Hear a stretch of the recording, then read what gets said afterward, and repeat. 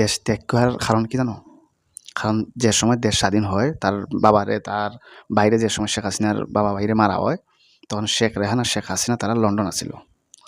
আর দেশ যে সময় স্বাধীন হয় তখন তারা ইন্ডিয়ায়। আর দেশ স্বাধীনের লগে ইন্ডিয়ার সংযোগী হয়েছে যে সময় ইন্দিরা গান্ধী তোমার এখানে সেনা পাঠায় পাকিস্তানের বিরুদ্ধে যুদ্ধ করার। কারণটা কী ছিল জানো?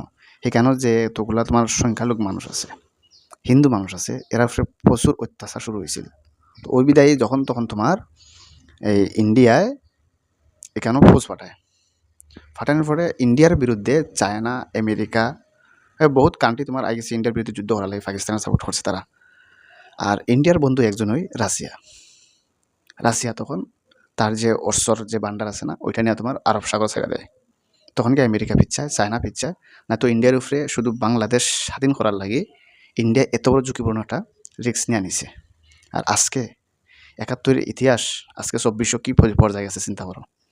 যে ইন্ডিয়ান মানে কোনো জিনিস তারা বয়কট করে, ইন্ডিয়ান কোনো জিনিস তারা লাগবো না, আর ইন্ডিয়ান বিরুদ্ধে তারা কীরকম মানে অত্যাচার করে। আরে তোমরা বাপ দাদার কথা বলে গেছো নি ভাই? তোমরা বাবারা দাদারা তো ওইগুলো দেশ স্বাধীন করে গেছে না? হেরা কোন পর্যায়ে আসলে লাগে তোমরা হইতে ভাবতে লাগছিল যে লাগা কান্ট্রি কে আছে। আজকে ইন্ডিয়া তোমার ৭৪ নম্বরে পাওয়ারও আছে। আর তোমরা ওই ইন্ডিয়ার বিরুদ্ধেই মানে ইন্ডিয়া যদি কোনো একটা খেলার মধ্যে ফেল করে বা রান কম পায়, তো তোমরা মানে বহুত গবেষণা শুরু করে দাও যে ইন্ডিয়া আনলে তোমরা মানে ঈদ করো বাংলাদেশ। এটা কোন ধরনের নিয়ম? আজকে তোমরা ইলিশ দিতে না, ইন্ডিয়া আনা হয় থাকতো না। ইন্ডিয়া বহুত বড় একটা কান্ট্রি হয়। কারণ আজকে ইন্ডিয়া, তোমরা যে বাংলাদেশ আছে না, এরকম ২৮টা স্টেট ইন্ডিয়া আছে, বাংলাদেশ ২৮টা সমানের ইন্ডিয়া আছে। তোমরা চিন্তা করো, তোমরা জনসংখ্যা হলো ২০ লাখ, আর এখান থেকে ১৪০ কোটি, আর তোমরা এখানে আছে তোমার ২০ কোটি। ঠিক আছে, পড়লে হয়েছি হই ইন্ডিয়া আর হই বাংলাদেশ। তো কম্পিটিশন ধরতে লাগে না, কম্পিটিশন বুঝা ধরতে লাগে। কারণ জঙ্গলের রাজা বাঘই হয়। ঠিক আছে, এখানে অন্য কোনো প্রাণী বাঘ হইতে পারে না।